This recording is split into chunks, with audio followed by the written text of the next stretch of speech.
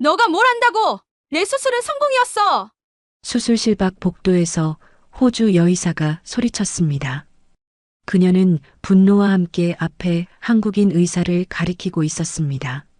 하지만 그 순간 회의실 문이 열리며 외과부장이 나왔고 한국인 남자에게 말했습니다. 너가 맞았어. 너 말을 들었어야 했어.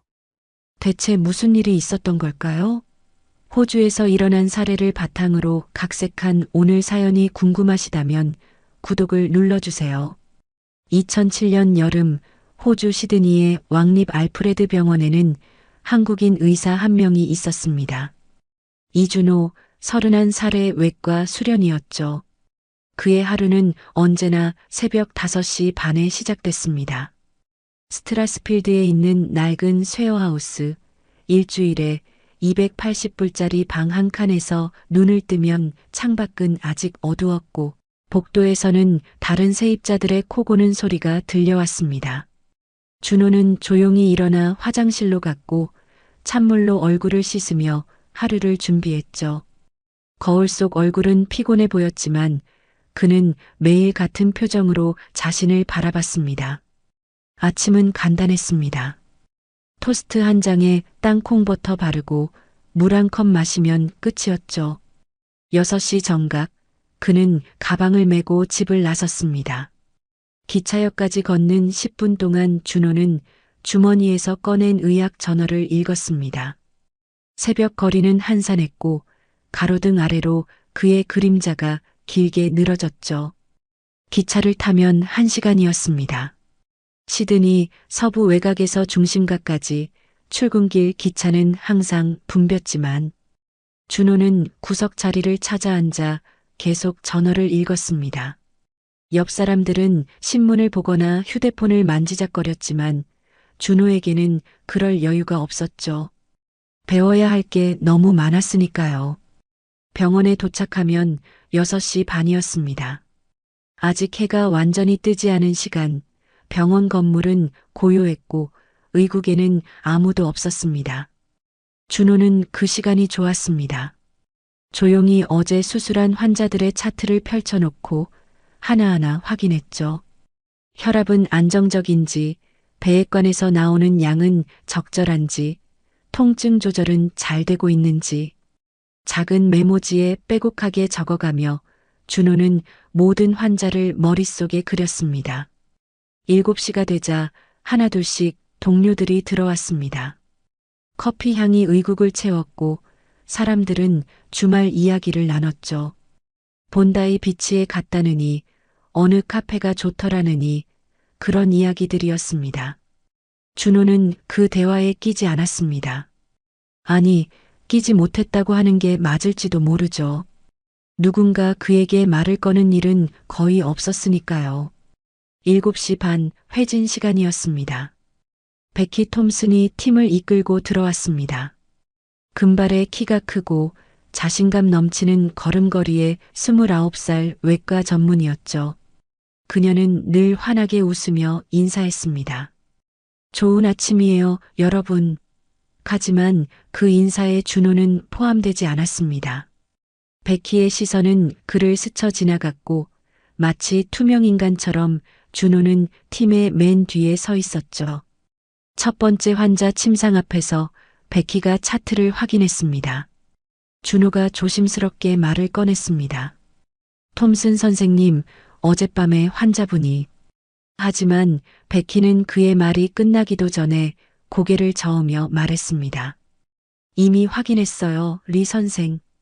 그녀의 목소리는 부드러웠지만 단호했죠. 준호는 입을 다물었습니다. 옆에 서 있던 다른 레지던트가 준호를 흘끔 보고는 작게 웃음을 터뜨렸습니다. 준호는 그 웃음의 의미를 알고 있었습니다. 또 저러네, 말 좀 하지 말지, 그런 시선들이었죠. 회진은 그렇게 계속됐습니다.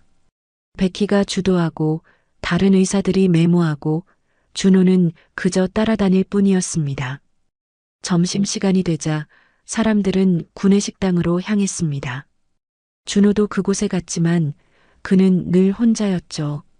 줄을 서서 8불짜리 햄치즈 샌드위치를 집어들고 물 한 병을 가져왔습니다.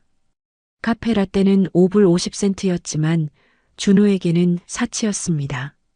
그는 구석 테이블로 가서 혼자 앉았습니다. 몇 테이블 떨어진 곳에서는 베키가 동료들과 웃으며 이야기하고 있었죠. 그녀의 접시에는 20불짜리 시저 샐러드가 놓여 있었고 손에는 아이스 라떼가 들려 있었습니다. 지난 주말에 본다이 아이스버그 풀에 갔었는데 거기 뷰가 정말 끝내줬어. 베키의 목소리가 식당 안에 울려 퍼졌습니다. 사람들은 웃으며 그녀의 이야기에 귀 기울였죠. 준호는 샌드위치를 한 입 베어 물며 가방에서 의학 저널을 꺼냈습니다. 먹으면서도 공부하는 게 그의 습관이었으니까요. 그때 옆 테이블에서 대화가 들려왔습니다. 아시아에서 온 의사들 있잖아. 일은 열심히 하긴 하는데 문제는 커뮤니케이션이야. 영어가 좀.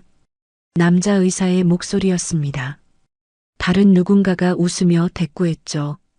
맞아, 차트는 완벽하게 쓰는데 환자랑 대화는 좀 그렇지. 준호는 저널에서 눈을 떼지 않았습니다. 들은 척도 하지 않았죠. 이미 익숙한 이야기였으니까요. 첫 달에는 화가 났었습니다. 두 번째 달에는 억울했었죠. 하지만 지금은 그냥 무덤덤했습니다. 화를 낸다고 달라지는 건 없었으니까요. 샌드위치를 다 먹고 물을 마신 준호는 조용히 자리에서 일어났습니다. 시계를 보니 오후 1시였고 그에게는 확인해야 할 환자가 6명 더 있었습니다. 오후 내내 준호는 병실을 돌아다녔습니다. 환자들에게 상태를 물어보고 상처 부위를 확인하고 필요한 것이 있는지 챙겼죠. 그는 말수가 적었지만 손은 부지런했습니다. 환자들은 그런 준호를 좋아했습니다. 한국에서 오신 선생님 정말 꼼꼼하시더라. 한 환자의 아내가 간호사에게 말했던 적이 있었죠. 하지만 병동에서의 그런 평판은 의국까지 전해지지 않았습니다. 준호는 여전히 보이지 않는 사람이었으니까요. 저녁 7시 대부분의 의사들이 퇴근했습니다. 베키는 5시에 이미 나갔고 다른 레지던트들도 하나둘씩 사라졌죠. 하지만 준호는 남아 있었습니다.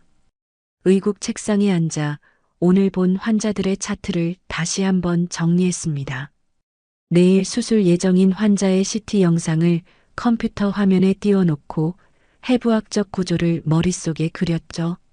대장의 주행, 혈관의 위치, 림프절의 분포, 모든 걸 완벽하게 외울 때까지 준호는 화면을 응시했습니다.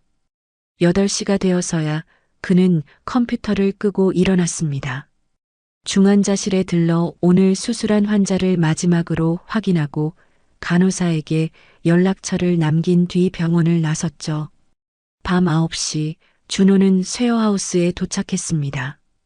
거실에는 다른 세입자들이 텔레비전을 보고 있었고 준호는 조용히 인사하고 자기 방으로 들어갔습니다. 작은 방이었습니다. 싱글 침대 하나, 책상 하나, 옷장 하나가 전부였죠. 준호는 가방을 내려놓고 부엌으로 갔습니다. 냉장고에서 어제 마트에서 산 닭가슴살과 야채를 꺼냈습니다. 간단하게 볶아서 밥과 함께 먹는 게 저녁이었죠. 요리하는 동안 준호는 창밖을 바라봤습니다. 어두운 하늘에는 별이 보이지 않았고 멀리서 기차 지나가는 소리만 들려왔습니다. 밥을 다 먹고 설거지를 마친 준호는 작은 책상 앞에 앉았습니다. 노트북을 켜고 내일 있을 수술에 대해 다시 한번 공부했습니다.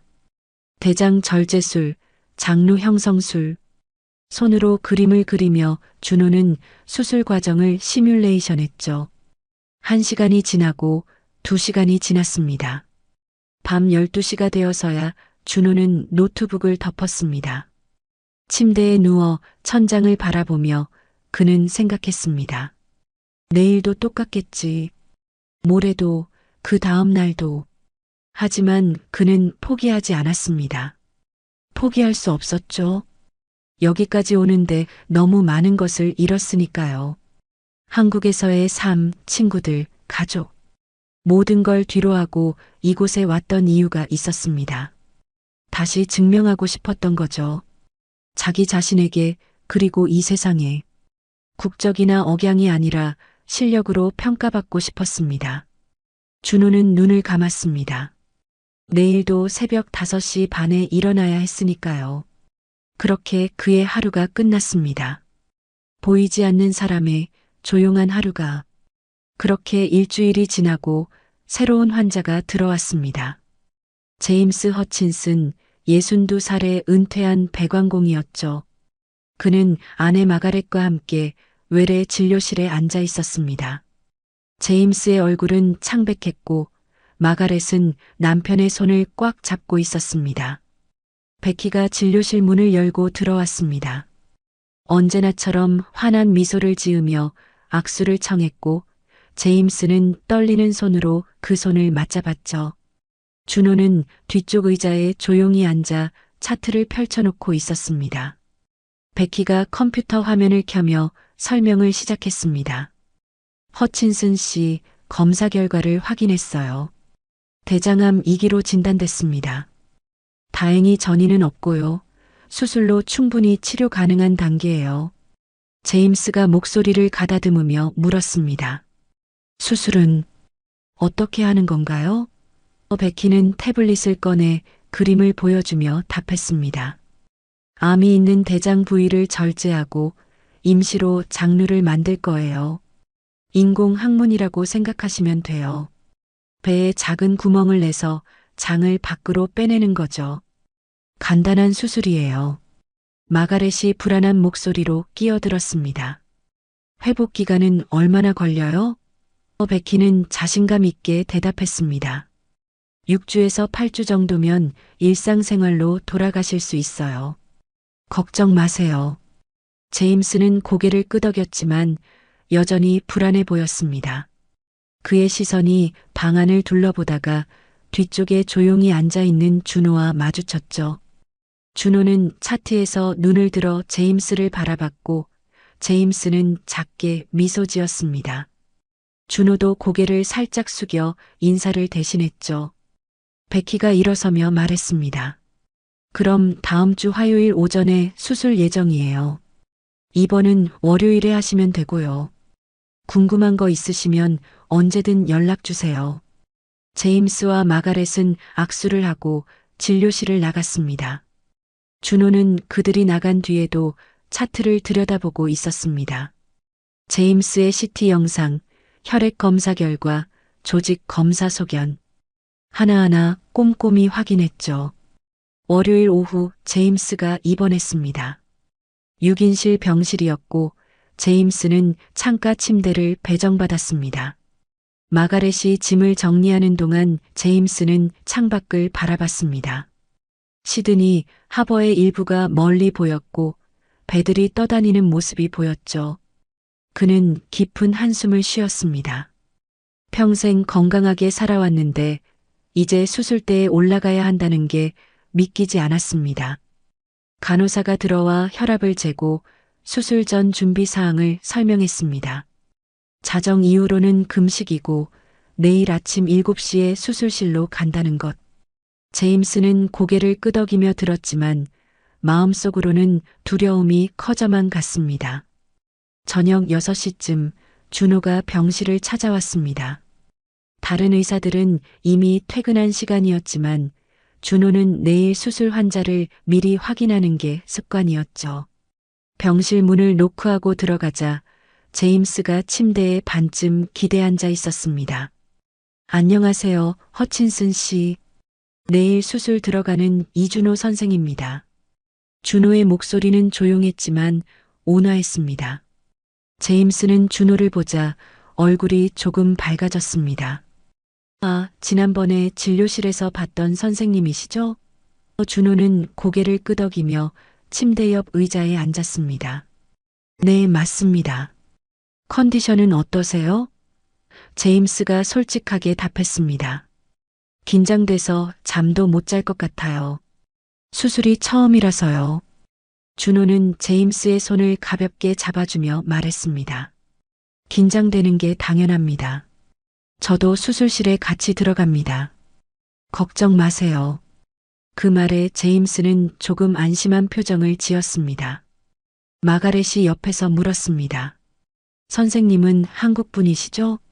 영어 참 잘하세요. 준호가 작게 웃으며 대답했습니다. 감사합니다. 연습 많이 했습니다. 제임스가 말했습니다. 선생님이 같이 계신다니 마음이 놓이네요. 내일 잘 부탁드립니다. 준호는 다시 한번 제임스의 손을 가볍게 두드리고 일어났습니다. 편히 쉬세요. 내일 뵙겠습니다. 병실을 나온 준호는 간호사 스테이션으로 가서 제임스의 차트를 다시 한번 확인했습니다. 혈액형, 알레르기 유무, 현재 복용 중인 약물. 모든 걸 머릿속에 넣었죠. 그리고 영상 검사실로 향했습니다.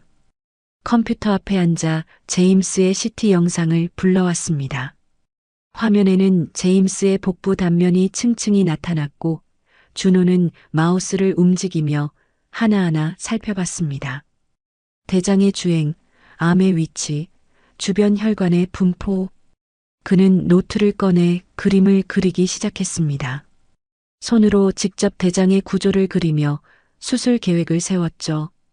어디를 절제할 것인가, 장르는 어느 위치에 만들 것인가, 혈관은 어떻게 처리할 것인가. 모든 것을 시뮬레이션 했습니다. 1시간이 지났습니다. 준호는 여전히 화면을 응시하고 있었습니다. 영상을 돌려보고 확대하고 각도를 바꿔가며 모든 가능성을 검토했죠. 특히 장루를 만들 위치를 신중하게 계산했습니다. 근위부와 원위부를 정확히 구분하고 어느 쪽을 밖으로 빼낼 것인지 머릿속으로 수십 번 반복했습니다. 이건 단순한 공부가 아니었습니다. 내일 제임스의 배를 열었을 때 준호는 모든 걸 완벽하게 알고 있어야 했습니다. 보조의사로 들어가지만 그는 집도이만큼, 아니 어쩌면 그보다 더 철저하게 준비했죠.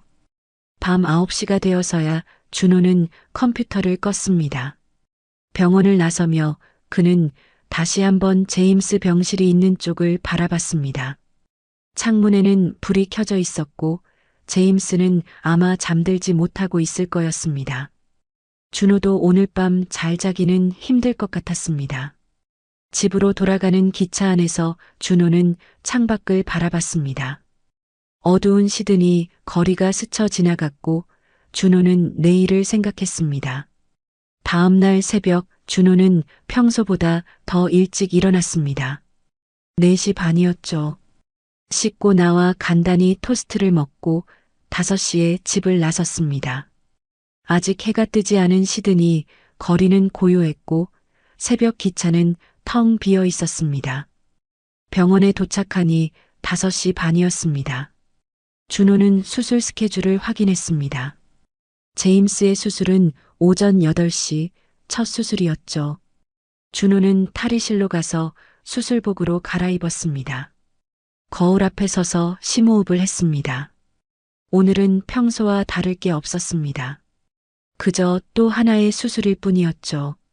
7시 수술실 준비가 시작됐습니다. 간호사들이 기구를 점검하고 마취과 의사가 약물을 준비했습니다. 준호는 수술실 밖 복도에서 차트를 다시 한번 확인했습니다. 그때 베키가 나타났습니다. 그녀는 언제나처럼 자신감 넘치는 표정이었고 커피 한 잔을 들고 있었죠. 우리 선생, 준비됐어요? 준호는 고개를 끄덕였습니다. 네, 준비됐습니다. 베키가 차트를 힐끗 보며 말했습니다. 간단한 케이스예요. 1시간이면 끝날 거예요. 제대로 배우세요. 준호는 대답하지 않았습니다. 베키는 그의 침묵에 신경 쓰지 않는 듯 수술실로 들어갔습니다. 7시 반 제임스가 수술실로 이송됐습니다. 침대에 누운 제임스는 불안한 눈빛으로 주위를 둘러봤습니다. 준호가 그의 옆으로 다가가 손을 잡았습니다. 허친슨 씨, 저 여기 있습니다. 걱정 마세요. 제임스가 떨리는 목소리로 답했습니다. 부탁드립니다, 선생님. 곧 마취과 의사가 마스크를 씌웠고 제임스는 천천히 의식을 잃어갔습니다. 준호는 그의 손을 마지막으로 한 번 더 가볍게 눌러주고 손을 씻으러 갔습니다. 8시 정각 수술이 시작됐습니다. 베키가 집도의로 서고 준호는 보조로 맞은편에 섰습니다. 제임스의 복부에 소독액이 발라졌고 수술포가 덮였습니다. 베키가 메스를 들고 피부를 절개했습니다. 붉은 선이 그어졌고 전기 소작기로 지혈하며 층층이 들어갔습니다. 피부, 피하지방, 근막, 근육. 베키의 손놀림은 능숙했습니다. 그녀가 말한 대로 이건 그녀에게 익숙한 수술이었죠. 준호는 조용히 지켜보며 필요한 곳에 견인기를 걸고 출혈 부위를 지혈했습니다. 복강이 열렸습니다. 베키가 대장을 확인하고 암이 있는 부위를 찾았습니다. 여기네요. 예상대로예요. 그녀는 주변 조직을 박리하기 시작했습니다. 혈관을 묶고 장갑막을 절개하고 암이 있는 대장 부위를 서서히 분리해냈죠. 준호는 매 순간 집중했습니다. 베키의 손이 움직일 때마다 그는 다음 단계를 예측하고 필요한 기구를 준비했습니다. 흡입기, 지혈겸자, 봉합사. 말하지 않아도 준호는 알고 있었습니다. 30분이 지났습니다. 대장 절제가 거의 끝나가고 있었습니다. 베키가 만족스러운 표정으로 말했습니다. 순조로워요. 이제 장루만 만들면 돼요. 그녀는 절제한 장의 양 끝을 확인했습니다. 근위부와 원위부. 장루를 만들기 위해서는 근위부, 즉 입에서 가까운 쪽 끝을 배 밖으로 빼내야 했습니다. 베키가 장을 잡았습니다. 자, 이쪽을 밖으로 빼낼게요. 그 순간 준호의 눈빛이 변했습니다. 장의 방향이 이상했습니다. 각도가 맞지 않았죠. 준호는 재빨리 머릿속으로 계산했습니다. 어젯밤 CT 영상에서 본 구조, 대장의 주행, 혈관의 위치. 베키가 지금 잡고 있는 건 원위부였습니다. 준호의 심장이 빠르게 뛰기 시작했습니다. 그는 조심스럽게 입을 열었습니다. 톰슨 선생님, 혹시 한 번 더 확인해 보시겠어요? 베키가 고개를 들어 준호를 바라봤습니다. 마스크 너머로 보이는 그녀의 눈에는 짜증이 어려 있었습니다. 뭘 확인하라는 거예요? 준호가 말했습니다. 장의 방향을요. 근위부가 맞는지. 베키가 말을 잘랐습니다. 리 선생, 제가 뭘 하고 있는지 알아요. 석션 주세요. 준호는 입을 다물었습니다. 수술실 안의 공기가 무거웠습니다. 간호사가 준호를 흘끔 쳐다봤고 마취과 의사는 모니터만 응시했습니다. 베키는 장을 배 밖으로 빼내기 시작했습니다. 복벽에 구멍을 내고 장의 끝을 그 구멍으로 통과시켰습니다. 그리고 장루를 형성했습니다. 피부에 고정하고 봉합했죠. 베키는 한 발 물러서며 말했습니다. 완벽해요. 교과서적이에요. 봉합 시작하세요. 간호사들이 복벽을 봉합하기 시작했습니다. 준호는 여전히 장루 부위를 바라보고 있었습니다. 뭔가 잘못됐습니다. 그는 확신했죠. 하지만 지금은 아무 말도 할 수 없었습니다. 1시간 10분 만에 수술이 끝났습니다. 베키는 장갑을 벗으며 만족스러운 표정을 지었습니다. 수고하셨어요, 여러분.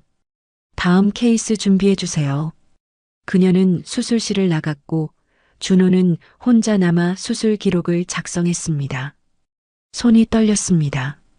차트에 적으면서도 머릿속으로는 계속 장루 부위가 떠올랐습니다. 그는 펜을 내려놓고 깊게 숨을 쉬었습니다. 내가 틀렸을 수도 있어. 베키 선생님이 맞을 거야. 그녀는 경험이 많으니까. 준호는 스스로를 다독였습니다. 하지만 가슴속 불안은 사라지지 않았습니다. 회복실로 옮겨진 제임스는 천천히 마취에서 깨어났습니다. 준호가 그의 옆에 서 있었습니다. 허친슨 씨, 수술 잘 끝났습니다. 제임스는 흐릿한 눈으로 준호를 바라보며 고개를 끄덕였습니다. 준호는 제임스의 복부를 확인했습니다. 수술 부위는 깨끗했고 배액관도 제대로 놓여 있었습니다. 하지만 복부 팽만이 평소보다 조금 심한 것 같았습니다. 준호는 청진기로 장음을 들어봤습니다. 거의 들리지 않았죠. 수술 직후라 그럴 수도 있었습니다. 하지만 준호의 이마에는 땀이 맺혔습니다. 그는 간호사에게 당부했습니다. 혈압이랑 소변량 자주 체크해 주세요. 이상 있으면 바로 연락 주시고요. 간호사는 고개를 끄덕였습니다. 준호는 회복실을 나와 복도에 섰습니다. 창밖으로 시드니 하버가 보였습니다. 햇살이 물결 위에서 반짝였고 요트들이 한가롭게 떠다녔습니다. 아름다운 풍경이었지만 준호의 마음은 무거웠습니다. 그는 주머니에서 핸드폰을 꺼내 시간을 확인했습니다. 오전 9시 15분. 앞으로 제임스를 지켜봐야 했습니다. 준호는 다시 회복실로 향했습니다. 그의 하루는 이제 시작이었습니다. 수술 다음 날 아침, 준호는 평소보다 더 일찍 병원에 도착했습니다. 새벽 6시, 아직 해가 완전히 뜨지 않은 시간이었죠. 그는 곧장 제임스의 병실로 향했습니다. 병실 문을 조용히 열고 들어가니 제임스는 잠들어 있었지만 표정이 편안해 보이지 않았습니다. 이마에는 땀이 맺혀 있었고 얼굴은 창백했죠. 준호는 침대 옆으로 다가가 차트를 확인했습니다. 밤사이 활력 징후 기록을 보니 혈압은 안정적이었지만 체온이 조금 올라가 있었습니다. 37.8도. 수술 후 미열은 흔한 일이었지만 준호는 불안했습니다. 그는 조심스럽게 제임스의 복부를 만져봤습니다. 팽만감이 어제보다 더 심해진 것 같았습니다. 북처럼 팽팽하게 부풀어 있었고 준호가 손가락으로 가볍게 두드리자 공명음이 들렸죠. 준호는 청진기를 꺼내 복부에 댔습니다. 장음을 들으려고 했지만 거의 들리지 않았습니다. 수술 후 이틀째인데도 장이 움직이지 않는다는 건 좋은 신호가 아니었습니다. 준호는 차트에 메모를 했습니다. 복부 팽만 심화, 장음 감소 지속, 미열. 그리고 병실을 나와 간호사 스테이션으로 갔습니다. 당직 간호사에게 물었습니다. 허친슨 씨 밤 사이 어떠셨어요? 간호사가 기록을 보며 답했습니다. 통증 호소하셨어요. 배가 아프다고요. 진통제 드렸는데 잘 안 듣는 것 같더라고요. 준호는 고개를 끄덕였습니다. 예상했던 대로였죠. 그는 베키를 찾아야 했습니다. 시계를 보니 6시 반이었습니다. 베키는 보통 8시쯤 출근했지만 준호는 기다릴 수 없었습니다. 그는 베키에게 문자를 보냈습니다. 톰슨 선생님, 허친슨 씨 상태 확인 필요합니다. 복부 팽만 심화되고 있습니다. 답장은 1시간 후에 왔습니다. 회진 때 보죠. 아침 회진 시간, 베키가 팀을 이끌고 제임스 병실에 들어왔습니다. 제임스는 깨어 있었고 고통스러운 표정으로 배를 감싸고 있었습니다. 베키가 밝게 인사했습니다. 허친슨 씨, 어떠세요? 수술 잘 끝났어요. 제임스가 힘없이 대답했습니다. 배가 너무 아파요, 선생님. 베키는 차트를 확인하며 말했습니다. 수술 후 통증은 정상이에요. 며칠 지나면 나아질 거예요. 준호가 조심스럽게 끼어들었습니다. 톰슨 선생님, 복부 팽만이 어제보다 심해졌고 장음도 거의 안 들립니다. CT 촬영을 고려해 보시는 게 어떨까요? 베키가 고개를 들어 준호를 바라봤습니다. 그녀의 눈에는 짜증이 어려 있었죠. 우리 선생, 수술 하루 만에 CT를 찍는다고요? 준호가 대답했습니다. 복부 팽만 정도가 일반적인 수술 후 상태보다 심한 것 같습니다. 백희는 차트를 덮으며 말했습니다. 수술 후 장마비는 흔해요. 시간 주면 돼요. 불필요한 검사로 환자 방사선 노출시킬 필요 없어요. 준호는 더 말하려 했지만 백희는 이미 다음 환자에게로 향하고 있었습니다. 준호는 제임스를 바라봤습니다.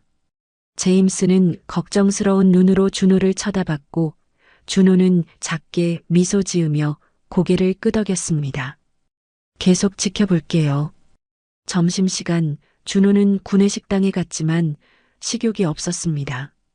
그래도 샌드위치를 사서 구석 테이블에 앉았습니다. 한 입 베어 물었지만 맛이 느껴지지 않았죠. 그는 휴대폰을 꺼내 의학 논문을 검색했습니다. 장루 수술 후 합병증, 기계적 장폐색, 잘못된 장루 형성. 논문들을 읽으면서 준호는 점점 더 확신하게 됐습니다. 뭔가 잘못됐다는 것을요. 하지만 확신만으로는 부족했습니다. 증거가 필요했고 영상 검사가 필요했죠. 오후 2시 준호는 다시 제임스 병실을 찾았습니다. 제임스의 아내 마가렛이 침대 옆에 앉아 있었습니다. 그녀는 준호를 보자 일어서며 물었습니다. 선생님, 남편이 계속 아파해요. 이게 정상인가요? 준호는 솔직하게 대답했습니다. 수술 후 통증은 있을 수 있지만 계속 지켜보고 있습니다. 상태 변화 있으면 바로 조치하겠습니다. 마가렛은 불안한 표정으로 고개를 끄덕였습니다. 준호는 다시 제임스를 진찰했습니다. 복부는 더욱 팽팽해져 있었고 제임스는 준호가 만지기만 해도 아파했습니다. 준호는 마음속으로 결심했습니다. 다시 베키에게 말해야겠다고. 저녁 6시 베키가 퇴근하려는 걸 준호가 복도에서 붙잡았습니다. 톰슨 선생님, 잠깐만요. 베키가 돌아서며 짜증 섞인 목소리로 말했습니다. 뭐예요, 리 선생? 준호가 말했습니다. 허친슨 씨 복부 팽만이 계속 심해지고 있습니다. 통증도 조절이 안 되고요. 정말 CT를 찍어봐야 할 것 같습니다. 베키는 한숨을 쉬며 대답했습니다. 리 선생, 수술 후 이틀째예요. 이틀. 장마비는 사나흘 지속될 수 있어요. 교과서에도 나와 있잖아요. 조금만 더 기다려봐요. 준호가 다시 말하려 했지만 베키는 손을 들어 막았습니다. 내일 아침에 다시 보죠. 지금은 집에 가야 해요. 그날 밤 준호는 병원에 남았습니다. 당직은 아니었지만 제임스가 걱정됐죠. 11시쯤 병실을 찾아가니 제임스는 잠들지 못하고 있었습니다. 선생님, 제임스가 약한 목소리로 불렀습니다. 준호가 다가가 손을 잡았습니다. 네, 여기 있습니다. 제임스가 말했습니다. 뭔가 이상한 것 같아요. 배가 너무 아프고 부풀어 오르는 것 같아요. 준호는 제임스의 손을 꽉 잡았습니다. 알고 있습니다. 계속 지켜보고 있어요. 조금만 참아주세요. 제임스는 고개를 끄덕였지만 눈에는 두려움이 가득했습니다. 수술 사흘째 아침 제임스의 상태는 나아지지 않았습니다. 아니, 더 나빠졌죠. 체온이 38.2도로 올랐고 복부는 북처럼 팽팽했습니다. 준호는 회진 때 다시 베키에게 말했습니다. 톰슨 선생님, 열이 시작됐습니다. 백혈구 수치도 확인해 봐야 할 것 같습니다. 베키는 차트를 보며 말했습니다. 수술 후 미열은 흔해요. 감염 징후는 아니에요. 준호가 강하게 말했습니다. 하지만 복부 팽만, 장음 감소, 발열이 동시에 나타나고 있습니다. 이건 베키가 말을 잘랐습니다. 리 선생. 그녀의 목소리는 날카로웠습니다. 제가 수술했어요. 제가 뭘 했는지 알아요. 제 술기를 의심하는 건가요? 준호는 잠시 망설였습니다. 그리고 조심스럽게 대답했습니다. 의심하는 게 아닙니다. 다만 환자 상태가. 베키가 차트를 덮으며 말했습니다. 환자 상태는 제가 판단할게요. 리 선생은 경험이 부족해서 불안한 거예요. 이 정도는 정상 범위 아니에요. 다른 의사들은 아무 말 없이 서 있었습니다. 누구도 준호 편을 들지 않았죠. 회진이 끝나고 베키가 나가자 한 레지던트가 준호에게 작게 속삭였습니다. 너무 나서지 마. 베키 선생 기분 나쁘게 하면 내가 손해야. 준호는 대답하지 않았습니다. 그날 오후 집중치료의인 데이비드 마틴이 회진을 돌다가 제임스 병실에 들렀습니다. 그는 스코틀랜드 출신의 50대 의사로 공정하고 경험이 많은 사람이었죠. 마틴이 제임스를 진찰하고 나서 복도로 나왔을 때 준호가 기다리고 있었습니다. 마틴 선생님. 마틴이 준호를 보며 물었습니다. 뭔가 걱정되는 게 있어요? 준호가 고개를 끄덕였습니다. 네, 허친슨 씨 상태가 좋지 않습니다. 수술 후 사흘째인데 복부 팽만이 계속되고 장음도 없고 열도 나기 시작했어요. 마틴이 차트를 펼쳐보며 물었습니다. 영상 검사는 했나요? 준호가 대답했습니다. 아니요. 톰슨 선생님이 불필요하다고 하셨습니다. 마틴이 눈썹을 찌푸렸습니다. 사흘째인데 이 정도 증상이면 최소한 단순 복부 엑스레이라도 찍어봐야 하는 거 아닌가요? 준호는 조용히 말했습니다. 저도 그렇게 생각합니다. 마틴이 준호를 바라보며 말했습니다. 베키한테 다시 얘기해봐요. 내가 같이 가줄게요. 저녁 회진 때 마틴이 베키와 함께 제임스 병실에 들어갔습니다. 마틴이 제임스를 진찰하고 나서 복도로 나와 베키에게 말했습니다. 톰슨 선생, 이 환자 상태가 안 좋아 보이는데요. CT 촬영 고려해 보셨어요? 베키가 대답했습니다. 수술 후 정상 경과예요. 마틴 선생님. 장마비는 시간 지나면 해결돼요. 마틴이 물었습니다. 통증 증가, 팽만, 발열, 장음 감소. 이게 정상 경과인가요? 베키는 자신감 있게 대답했습니다. 네, 수술 후 사흘째까지는 충분히 있을 수 있는 소견들이에요. 마틴이 준호를 보며 물었습니다. 리 선생 생각은 어때요? 준호는 베키를 흘끔 보고 나서 조심스럽게 대답했습니다. 저는 CT가 도움이 될 것 같습니다. 베키가 날카로운 목소리로 말했습니다. 리 선생, 누가 생각한다고 CT를 찍는 게 아니에요. 명확한 임상적 근거가 있어야죠. 지금은 그럴 만한 근거가 없어요. 마틴이 반박했습니다. 통증 증가, 복부 팽만, 사흘간 배변 없음, 발열. 이게 근거가 아닌가요? 베키는 단호하게 말했습니다. 이 환자는 제 케이스예요. 제가 책임지고 있고 제 판단으로는 시간이 더 필요합니다. 마틴은 더 이상 말하지 않았습니다. 그는 준호를 보며 작게 말했습니다. 계속 지켜봐요, 리 선생. 뭔가 이상하면 바로 나한테 연락하고요. 준호는 고개를 끄덕였습니다. 마틴이 떠난 후 베키가 준호를 불렀습니다. 리 선생, 잠깐 얘기 좀 해요. 둘은 빈 회의실로 들어갔습니다. 베키가 팔짱을 끼고 준호를 바라보며 말했습니다. 도대체 뭐 하는 거예요? 다른 선생님들한테까지 가서 저를 의심하게 만들고. 준호가 차분하게 대답했습니다. 의심하는 게 아닙니다. 환자 상태가 걱정돼서 그래요. 베키가 목소리를 높였습니다. 걱정? 제가 이 수술 몇 번 했는지 알아요? 5년 넘게 했어요. 리 선생은 여기 온 지 겨우 2년이잖아요. 2년. 준호는 아무 말 하지 않았습니다. 베키가 계속했습니다. 한국에서 어떻게 했는지 모르겠지만 여긴 호주예요. 우리 프로토콜이 있어요. 그리고 그 프로토콜은 기다리라는 거예요. 알겠어요? 준호가 조용히 대답했습니다. 알겠습니다. 베키가 문을 열며 마지막으로 말했습니다. 그리고 다시는 다른 선배 의사 앞에서 저한테 반박하지 마세요. 팀워크가 뭔지 모르는 거예요? 선배 의사 뒷받침 못하겠으면 여기 있을 필요 없어요. 그녀는 문을 쾅 닫고 나갔습니다. 준호는 빈 회의실에 혼자 남았습니다. 창밖으로 시드니 하버가 보였습니다. 저녁 노을이 물 위에 붉게 물들어 있었죠. 아름다운 풍경이었지만 준호에게는 아무 의미가 없었습니다.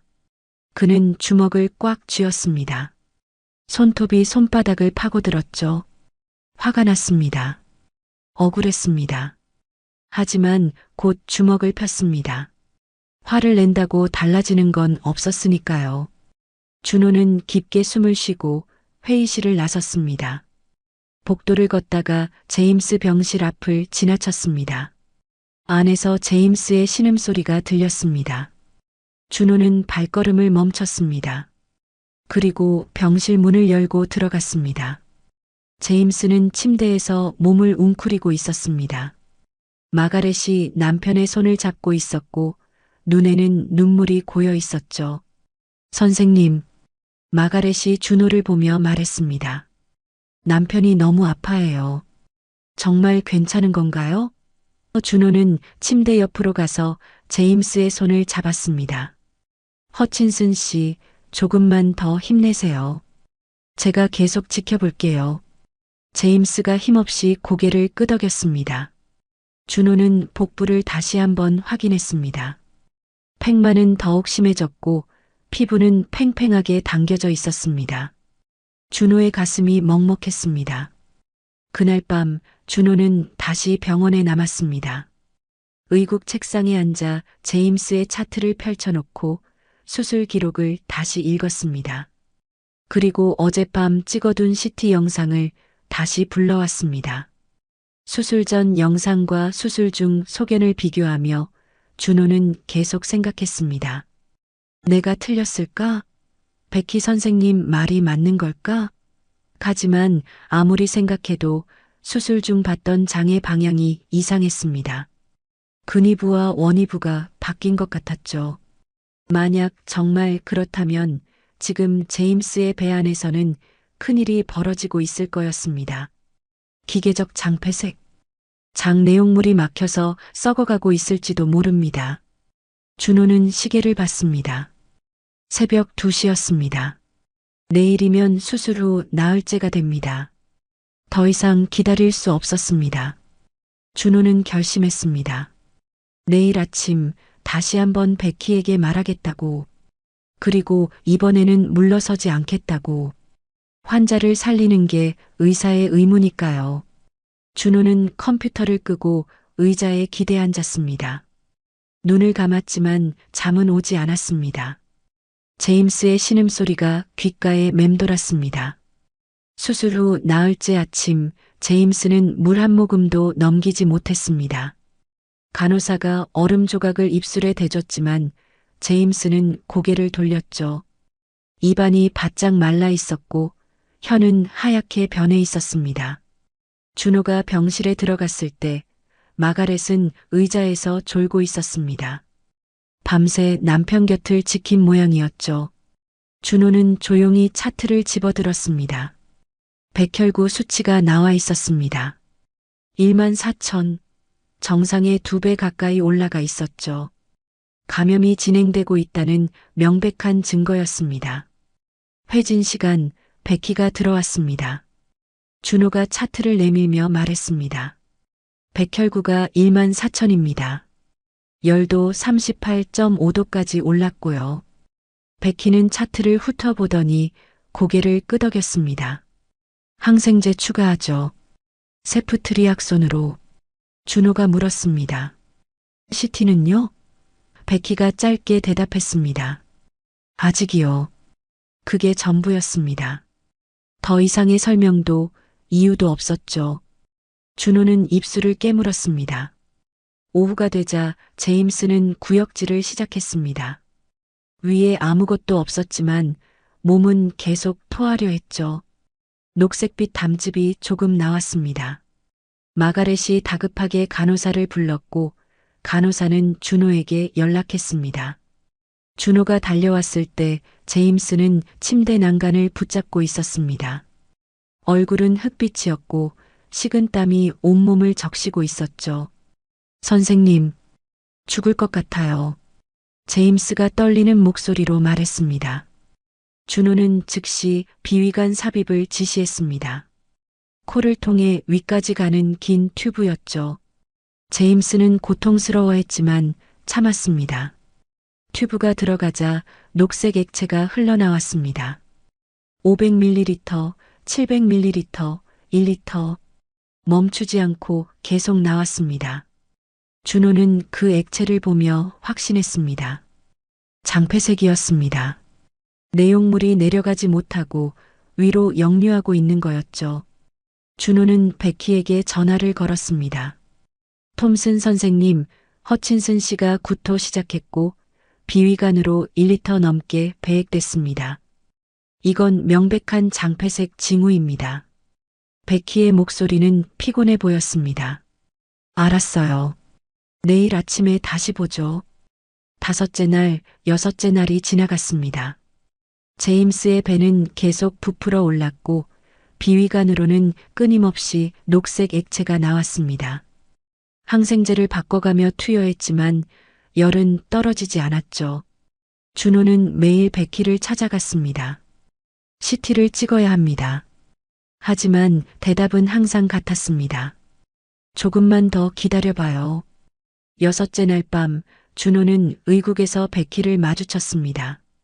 베키는 가방을 메고 퇴근하려던 참이었죠. 준호가 막아섰습니다.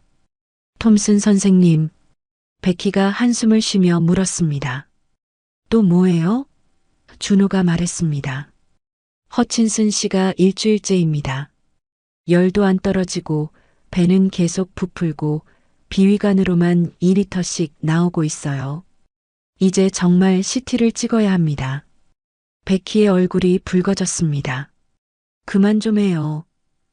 그녀가 소리쳤습니다. 의국에 있던 다른 의사들이 일제히 고개를 돌렸죠. 베키는 신경 쓰지 않았습니다. 도대체 뭐가 문제예요? 매일 같은 얘기만 하고 제 결정을 존중할 생각은 없어요? 준호가 차분하게 대답했습니다. 환자를 살리는 게 먼저 아닙니까? 베키가 코웃음 쳤습니다. 환자 살리기요? 선생님이 저보다 환자 잘 살린다고 생각해요? 저보다 경험이 많아요? 저보다 실력이 좋아요? 준호는 대답하지 않았습니다. 베키가 계속했습니다. 선생님은 뭘 알아요? 한국에서 의사했다고 해서 여기서도 똑같이 할 수 있는 줄 알아요? 여긴 다른 나라예요. 다른 시스템이고 다른 프로토콜이에요. 적응 못하겠으면 한국 돌아가는 게 어때요? 의국이 조용해졌습니다. 모두가 숨을 죽이고 지켜보고 있었죠. 준호는 베키를 똑바로 바라봤습니다. 그의 목소리는 낮았지만 단단했습니다. 환자가 죽어가고 있습니다. 베키가 비웃었습니다. 죽어간다고요? 과장하지 마세요. 수술 후 정상 경과예요. 선생님이 경험이 없어서 불안한 거예요. 준호가 물었습니다. 그럼 제가 뭘 더 해야 합니까? 환자가 어떻게 되길 바라십니까? 베키가 가방을 단단히 움켜쥐며 대답했습니다. 제가 알아서 할게요. 선생님은 그냥 시키는 일만 하세요. 그게 수련의 역할이에요. 그녀는 준호를 밀치고 지나갔고 의국 문을 쾅 닫고 나갔습니다. 준호는 그 자리에 서 있었습니다. 다른 의사들은 눈을 피했죠. 아무도 준호에게 말을 걸지 않았습니다. 준호는 천천히 돌아서서 자기 책상으로 갔습니다. 앉아서 얼굴을 손으로 감쌌습니다. 머리가 지끈거렸고 가슴이 답답했습니다. 하지만 포기할 수 없었습니다. 제임스가 있었으니까요. 7째 날 새벽 준호는 또 병원에 남아 있었습니다. 당직도 아니었고 집에 가야 했지만 발이 떨어지지 않았죠. 새벽 3시쯤 제임스 병실을 지나가는데 안에서 소리가 들렸습니다. 신음소리였습니다. 준호가 문을 열고 들어가니 제임스가 침대에서 몸부림치고 있었습니다. 마가렛은 의자에서 깜빡 잠든 상태였고 제임스는 혼자 고통을 참고 있었죠. 선생님, 제임스가 준호를 보자 눈물을 흘렸습니다. 못 참겠어요. 너무 아파요. 준호는 침대로 다가가 제임스의 손을 잡았습니다. 제임스의 손은 얼음장처럼 차가웠습니다. 준호가 복부를 만져보니 바위처럼 단단했죠. 청진기를 대봤지만 소리는 하나도 들리지 않았습니다. 완전한 침묵이었습니다. 준호는 알았습니다. 이대로 가다간 제임스가 정말 죽을 거라는 걸. 그는 제임스의 손을 꽉 잡고 말했습니다. 조금만 더 버텨주세요. 제가 뭔가 해볼게요. 제임스가 고개를 끄덕였습니다. 여드레째 새벽 모든 게 무너졌습니다. 새벽 5시 간호사의 비상호출이 울렸습니다. 준호는 의국 소파에서 자다가 벌떡 일어났습니다.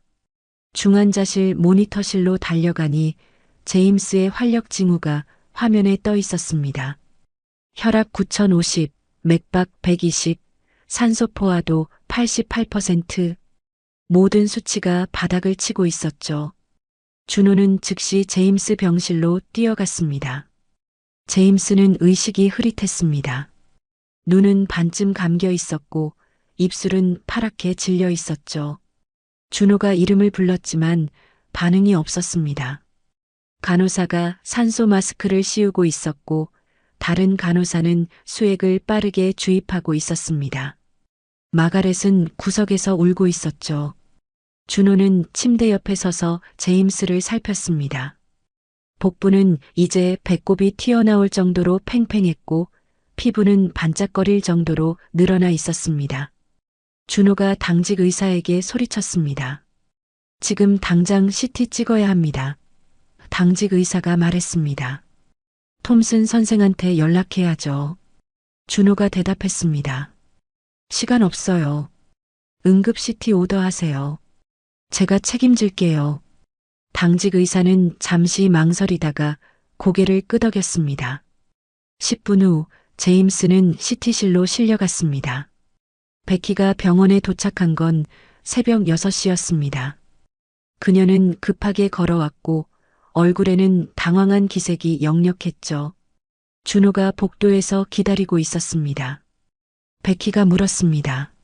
무슨 일이에요? 준호가 대답했습니다. 폐혈성 쇼크입니다. CT 찍었습니다. 베키의 얼굴이 굳었습니다. 누가 오더했어요? 준호가 조용히 말했습니다. 제가 했습니다. 베키가 입을 열려는 순간 영상의학과 의사가 나타났습니다. 손에는 태블릿이 들려 있었고 얼굴은 심각했죠. 톰슨 선생님, 판독 나왔습니다. 영상의학과 의사가 태블릿을 켜서 보여줬습니다. 화면에는 제임스의 복부 단면이 보였고 장이 부풀어 올라 있었습니다. 의사가 설명했습니다. 기계적 장폐색입니다. 원위부가 밖으로 나와 있네요. 근위부가 나왔어야 하는데 장류가 잘못 형성됐습니다. 베키의 얼굴에서 핏기가 싹 빠졌습니다. 그녀는 태블릿을 뚫어지게 쳐다봤고 손이 떨리기 시작했죠. 준호는 아무 말도 하지 않았습니다. 영상의학과 의사가 말을 이었습니다. 근위부 쪽 장이 완전히 막혀서 내용물이 역류하고 있어요. 장벽도 많이 부어 있고 천공 위험도 있습니다. 즉시 재수술 필요합니다. 베키는 여전히 말이 없었습니다. 그때 외과부장 캐서린 오닐이 복도를 걸어왔습니다. 누군가 그녀에게 연락한 모양이었죠. 무슨 일입니까? 오닐의 목소리는 차갑고 단호했습니다. 영상의학과 의사가 태블릿을 건넸고 오닐은 영상을 확인했습니다. 몇 초간의 침묵 후 온일이 물었습니다. 환자 증상은 언제부터였습니까? 준호가 대답했습니다. 수술 첫날부터입니다. 온일이 베키를 바라봤습니다. 톰슨 선생, 왜 영상 검사를 안 했습니까? 베키가 떨리는 목소리로 대답했습니다. 저는 수술 후 정상 경과라고 판단했습니다. 장마비로. 온일이 말을 잘랐습니다. 일주일 동안요? 베키는 입을 다물었습니다. 온일이 준호에게 물었습니다. 우리 선생, 보고한 적 있습니까? 준호가 고개를 끄덕였습니다. 매일 보고했습니다. 첫날부터요. 온일의 턱이 굳어졌습니다. 그녀는 베키를 보며 말했습니다. 지금 당장 회의실로 오세요. 우리 선생도 같이요. 그리고 간호사에게 지시했습니다. 수술실 준비하세요. 응급수술 들어갑니다. 베키가 말했습니다. 제가 수술을. 온일이 손을 들어 막았습니다. 톰슨 선생은 이 케이스에서 제외됩니다. 우리 선생이 집도합니다. 복도가 조용해졌습니다. 베키는 믿을 수 없다는 표정으로 온일을 바라봤고 준호는 아무 말 없이 서 있었습니다. 온일이 다시 말했습니다. 우리 선생, 스크럽 들어가세요. 시간이 없습니다. 준호는 고개를 숙여 인사하고 탈의실로 향했습니다. 걸어가면서 그의 주먹이 천천히 쥐어졌습니다. 드디어 제임스를 살릴 기회가 온 것입니다. 준호는 탈의실에서 수술복으로 갈아입었습니다. 거울 앞에 섰을 때 그의 눈빛이 달라져 있었습니다. 지난 일주일간의 피로와 분노, 그리고 억눌렸던 모든 감정이 한 점으로 모이고 있었죠. 손을 씻으며 준호는 깊게 숨을 들이쉬었습니다. 이제 제임스를 살릴 차례였습니다. 수술실 문이 열렸습니다. 제임스는 이미 마취되어 있었고 간호사들이 기구를 점검하고 있었죠. 온일 부장이 관찰실에서 지켜보고 있었습니다. 준호가 들어서자 간호사들이 일제히 그를 바라봤습니다. 평소 보조로만 서던 한국인 수련이가 오늘은 집도이었으니까요. 준호는 수술대 앞에 섰습니다. 제임스의 배는 여전히 부풀어 있었고 피부는 윤기가 흐를 정도로 팽팽했습니다. 메스를 들었습니다. 일주일 전 베키가 만든 절개선을 따라 칼을 댔고 피부가 갈라졌습니다. 지혈하며 층층이 들어갔죠. 피하지방, 근막, 근육. 준호의 손놀림이 빨랐습니다. 망설임이 없었죠. 복강이 열리자 악취가 올라왔습니다. 장 내용물이 썩어가고 있었던 겁니다. 간호사 한 명이 얼굴을 찌푸렸지만 준호는 표정 하나 변하지 않았습니다. 장을 확인했습니다. 근위부 쪽은 부풀어 터질 것처럼 부어 있었고 원위부는 쭈그러들어 있었습니다. 장루를 보는 순간 준호는 확신했습니다. 역시 잘못됐었습니다. 베키가 원위부를 밖으로 빼낸 거였죠. 근위부는 막혀서 내용물이 쌓이고 썩었고 원위부는 기능을 못하고 있었습니다. 준호는 침착하게 잘못된 장루를 풀었습니다. 복벽에서 장을 분리하고 봉합살을 하나씩 제거했죠. 그리고 근위부를 찾았습니다. 부어 있었지만 아직 천공되지는 않았습니다. 다행이었습니다. 준호는 조심스럽게 근위부를 복벽 밖으로 끌어냈습니다. 각도를 확인하고 혈관 손상 여부를 체크했습니다. 모든 게 정확했죠. 새로운 구멍을 복벽에 만들고 근위부를 그곳으로 통과시켰습니다. 피부에 고정하고 한 바늘 한 바늘 봉합했습니다. 간호사들이 숨을 죽이고 지켜봤습니다. 준호의 손은 빠르지만 정확했고 모든 움직임에는 확신이 있었습니다. 흡입기가 필요하기 전에 이미 손에 쥐어져 있었고 다음 기구가 필요한 순간 이미 준비되어 있었죠. 마치 수백 번 해본 것처럼, 아니 정말로 수백 번 해본 것처럼 능숙했습니다. 수술실 분위기가 바뀌었습니다. 처음엔 의아해하던 간호사들이 이제는 집중하고 있었죠. 한 간호사가 옆 동료에게 작게 속삭였습니다. 저 선생님, 뭔가 다른데? 다른 간호사도 고개를 끄덕였습니다. 관찰실에서 온일 부장이 팔짱을 끼고 지켜보고 있었습니다. 그녀의 눈빛도 달라져 있었죠. 40분이 지났습니다. 장루가 완성됐습니다. 준호는 복강 내부를 세척하고 배액관을 놓고 복벽을 봉합하기 시작했습니다. 모든 과정이 물 흐르듯 진행됐습니다. 1시간 10분 만에 수술이 끝났습니다. 준호는 마지막 봉합을 마치고 장갑을 벗었습니다. 수고하셨습니다. 그의 목소리는 차분했습니다. 탈의실로 돌아왔을 때 온일 부장이 기다리고 있었습니다. 준호가 가운을 벗는 동안 온일이 물었습니다. 어디서 배웠습니까? 준호가 대답했습니다. 한국에서요. 온일이 다시 물었습니다. 구체적으로요. 어느 레벨까지 트레이닝 받았습니까?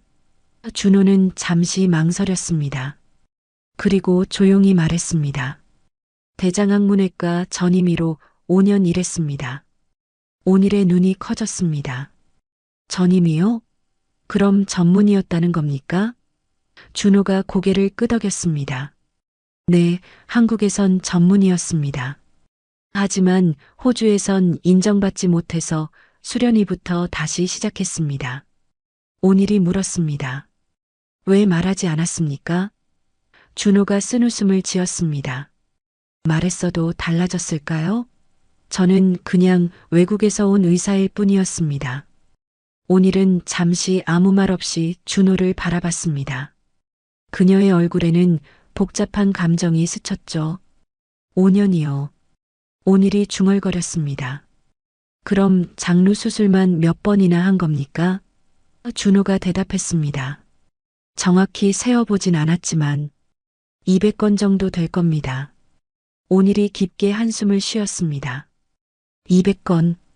그녀는 고개를 저었습니다. 리 선생, 온일이 말했습니다.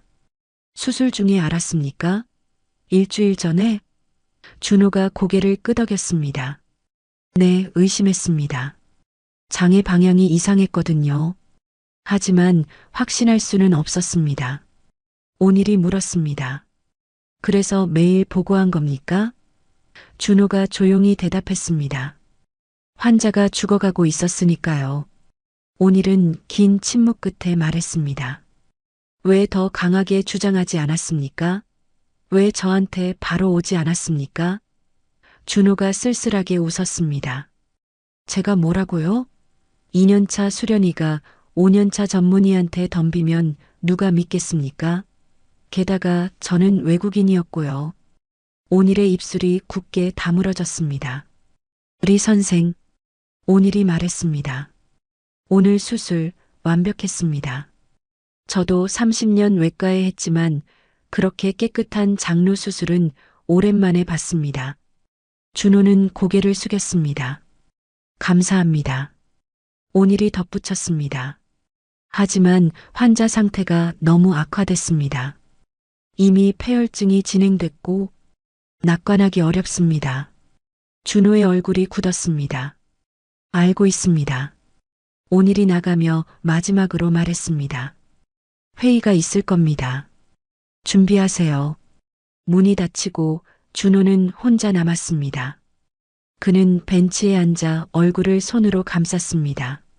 수술은 성공했지만 너무 늦었습니다. 일주일이나 늦었죠. 중환자실로 옮겨진 제임스는 인공호흡기에 연결되어 있었습니다. 모니터에는 숫자들이 깜빡이고 있었고 수많은 줄이 제임스 몸에 꽂혀 있었습니다. 준호는 유리창 너머로 제임스를 바라봤습니다. 마가렛이 옆에 서 있었죠. 그녀는 준호를 보자 다가왔습니다. 선생님, 남편은 괜찮아질까요? 준호는 솔직하게 대답했습니다. 최선을 다하고 있습니다. 하지만 그는 말을 잇지 못했습니다. 마가렛이 준호의 손을 잡았습니다. 알아요. 선생님이 얼마나 애쓰셨는지 알아요. 남편도 알 거예요. 준호의 눈이 붉어졌습니다. 죄송합니다. 제가 더 일찍 마가렛이 고개를 저었습니다. 선생님 잘못 아니에요. 매일 밤 병실 오셔서 확인하시던 거 알아요. 남편 손 잡아주시던 것도요. 그녀의 눈에서 눈물이 흘러내렸습니다. 고마워요, 선생님. 그날 오후 회의실에 사람들이 모였습니다. 온일 부장, 마틴, 그리고 병원 위험관리팀 직원들이었죠. 베키도 구석에 앉아 있었습니다.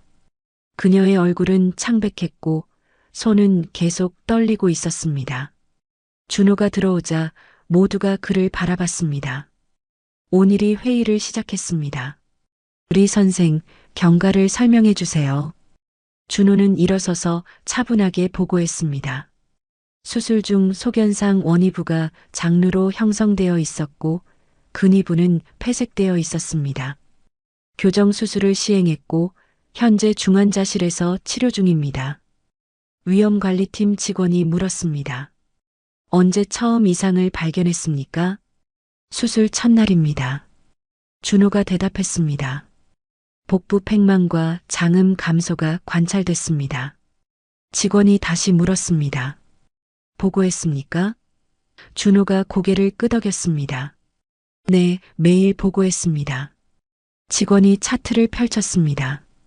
기록을 보니 1일차, 2일차, 4일차, 6일차의 CT 촬영을 제안했다고 되어 있는데 모두 거부됐네요. 베키가 작게 신음했습니다. 온일이 그녀를 바라봤습니다. 톰슨 선생, 왜 영상 검사를 거부했습니까? 베키가 떨리는 목소리로 대답했습니다. 저는 수술 후 정상 경과라고 판단했습니다. 제 경험상 온일이 말을 잘랐습니다. 일주일 동안 계속 악화되는데도요? 베키는 대답하지 못했습니다. 회의실이 조용해졌죠. 위험관리팀 직원이 말했습니다. 이건 심각한 의료 과실입니다. 환자 상태에 대한 명백한 신호들이 있었고 동료 의사의 반복된 경고가 있었음에도 무시했습니다. 베키의 얼굴에서 눈물이 흘러내렸습니다. 그때 준호가 입을 열었습니다. 잠깐만요. 모두가 그를 바라봤습니다. 준호가 말했습니다. 톰슨 선생은 실력 있는 외과의입니다. 단지 듣지 못했을 뿐입니다. 베키가 고개를 들었습니다. 준호가 계속했습니다. 우리 모두 실수합니다. 중요한 건 그 실수에서 배우는 겁니다. 위험관리팀 직원이 물었습니다. 하지만 환자가 위중합니다. 준호가 고개를 끄덕였습니다. 알고 있습니다. 그리고 그 책임은 우리 모두에게 있습니다. 톰슨 선생만의 잘못이 아닙니다. 저도 더 강하게 주장했어야 했습니다. 온일이 준호를 바라봤습니다. 그녀의 눈에는 존경의 빛이 어려 있었죠. 회의가 끝나고 복도에서 베키가 준호를 붙잡았습니다. 왜? 그녀가 물었습니다. 왜 저를 감싸줬어요? 준호가 조용히 대답했습니다. 당신을 무너뜨린다고 환자가 살아나진 않으니까요. 베키는 한참 동안 말없이 서 있었습니다. 그리고 작게 말했습니다. 미안해요. 준호는 고개를 끄덕이고 중환자실로 향했습니다. 제임스와의 싸움은 이제 시작이었습니다. 재수술은 성공했지만 제임스의 몸은 이미 한계를 넘어서 있었습니다.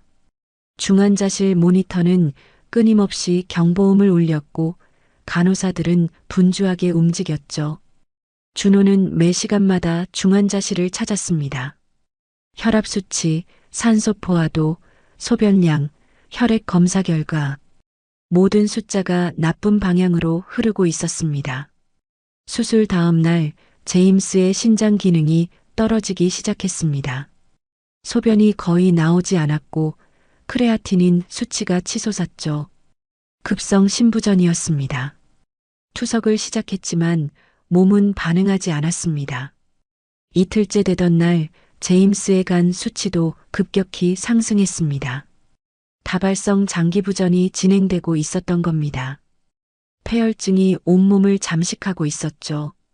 준호는 밤낮 없이 병원에 남아 있었습니다. 집에 가지 않았고 제대로 먹지도 자지도 않았습니다. 중환자실 밖 의자에 앉아 차트를 보고 최신 논문을 찾아보고 다른 병원 사례를 검색했죠. 뭔가 방법이 있을 거라고, 제임스를 살릴 방법이 있을 거라고 믿었습니다. 사흘째 제임스의 복부에서 다시 문제가 생겼습니다.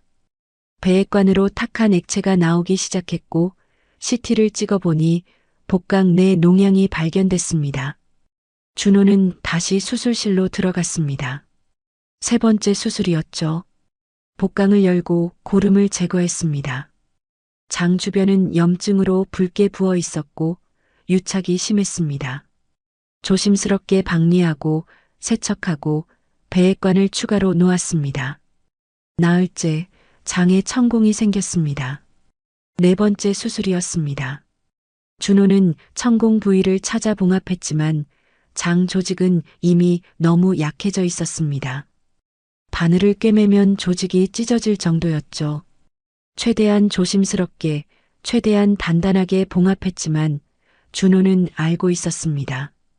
이건 시간을 버는 것일 뿐이라는 걸. 수술을 마치고 탈의실에서 가운을 벗을 때 준호의 손이 떨렸습니다. 피로였을까요? 아니면 절망이었을까요? 거울 속 자신의 얼굴은 수척했고 눈 밑에는 시퍼런 다크서클이 내려앉아 있었습니다. 준호는 세면대에 손을 짚고 고개를 떨어뜨렸습니다. 오늘 부장이 탈의실로 들어왔습니다. 그녀는 준호 옆에 서서 말했습니다. 우리 선생, 최선을 다하고 있는 거 알아요. 하지만 준호가 고개를 들었습니다. 온일의 얼굴에는 안타까움이 가득했죠. 환자 상태가 너무 나쁩니다.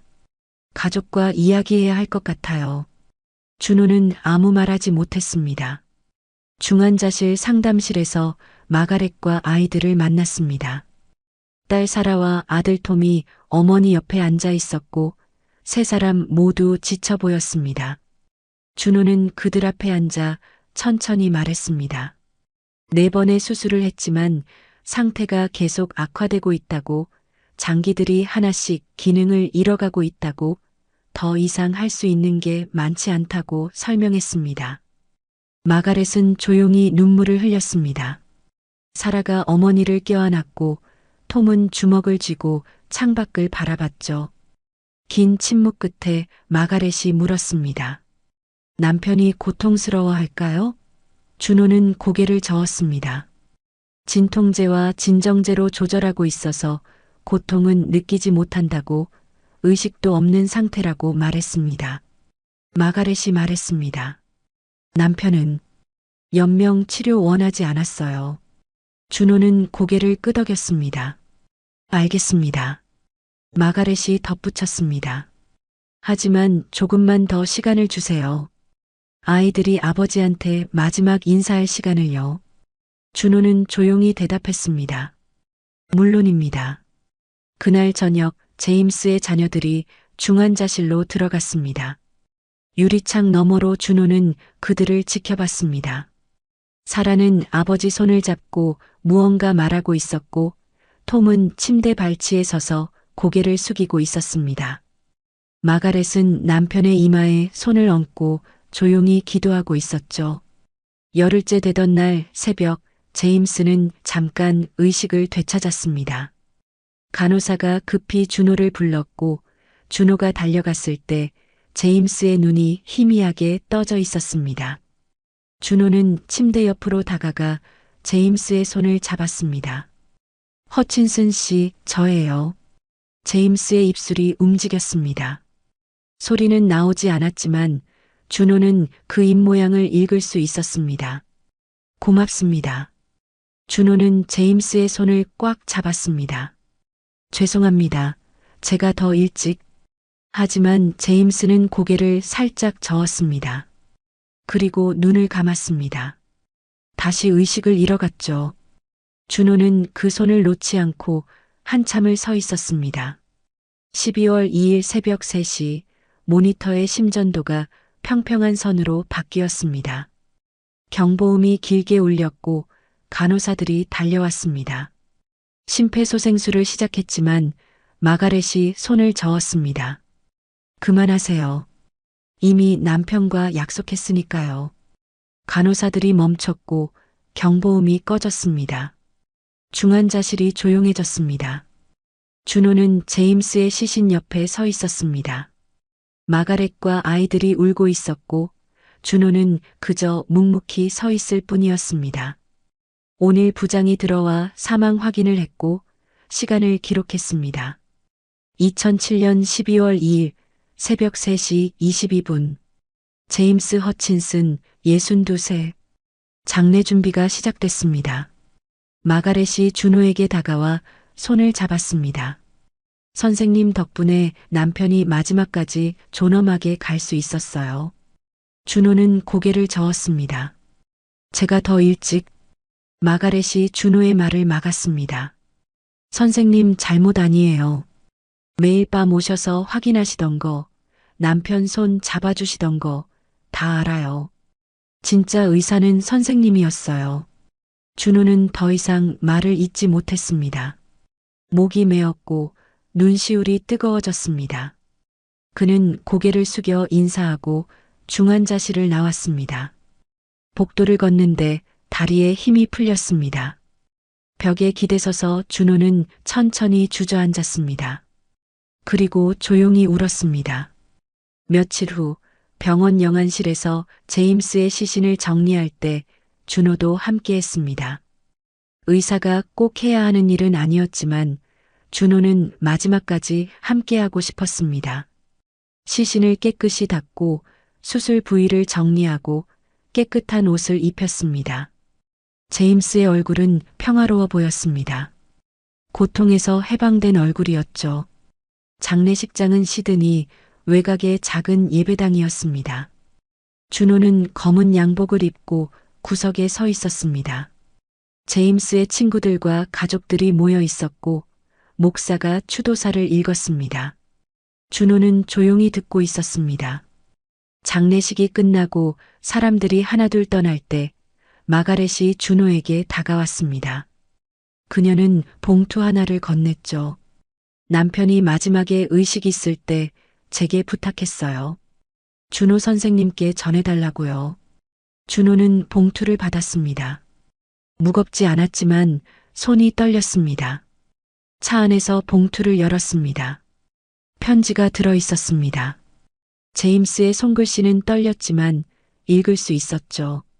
준호 선생님, 선생님은 진짜 의사입니다. 제가 아플 때 유일하게 제 옆에 있어 주셨어요. 고맙습니다. 편지를 끝까지 읽고 준호는 눈을 감았습니다. 눈물이 흘러내렸지만 닦지 않았습니다. 시드니 하버가 보이는 언덕에서 준호는 차를 세웠습니다. 창밖으로 석양이 물들고 있었고 배들이 항구로 돌아가고 있었습니다. 아름다운 풍경이었습니다. 하지만 준호의 마음속에는 제임스만 남아 있었습니다. 그는 편지를 다시 펼쳐 읽었습니다. 그리고 조용히 중얼거렸습니다. 죄송합니다. 허친슨 씨. 제가 더 강했어야 했는데. 저녁이 되어 병원으로 돌아왔을 때 준호에게 통지서가 와 있었습니다. 병원 윤리위원회 소환장이었습니다. 다음 주 월요일 오전 10시. 준호는 통지서를 접어 주머니에 넣었습니다. 예상했던 일이었습니다. 이제 심판의 시간이 올 차례였죠. 월요일 아침 준호는 평소보다 일찍 병원에 도착했습니다. 윤리위원회는 10시였지만 8시에 이미 병원에 있었죠. 회의실 앞 복도 벤치에 앉아 제임스의 편지를 다시 읽었습니다. 종이는 이미 접힌 자국이 여러 개 생겨 있었고 구겨진 곳도 있었습니다. 준호는 편지를 조심스럽게 접어 주머니에 넣었습니다. 9시 반 베키가 복도 끝에서 나타났습니다. 그녀는 준호를 보고 잠시 멈췄다가 천천히 다가왔습니다. 준호 옆에 앉았지만 한동안 아무 말도 하지 않았죠.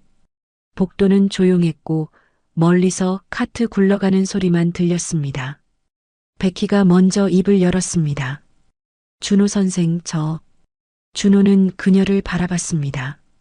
베키의 얼굴은 헬쑥했고 눈 밑에는 다크서클이 짙게 깔려 있었습니다.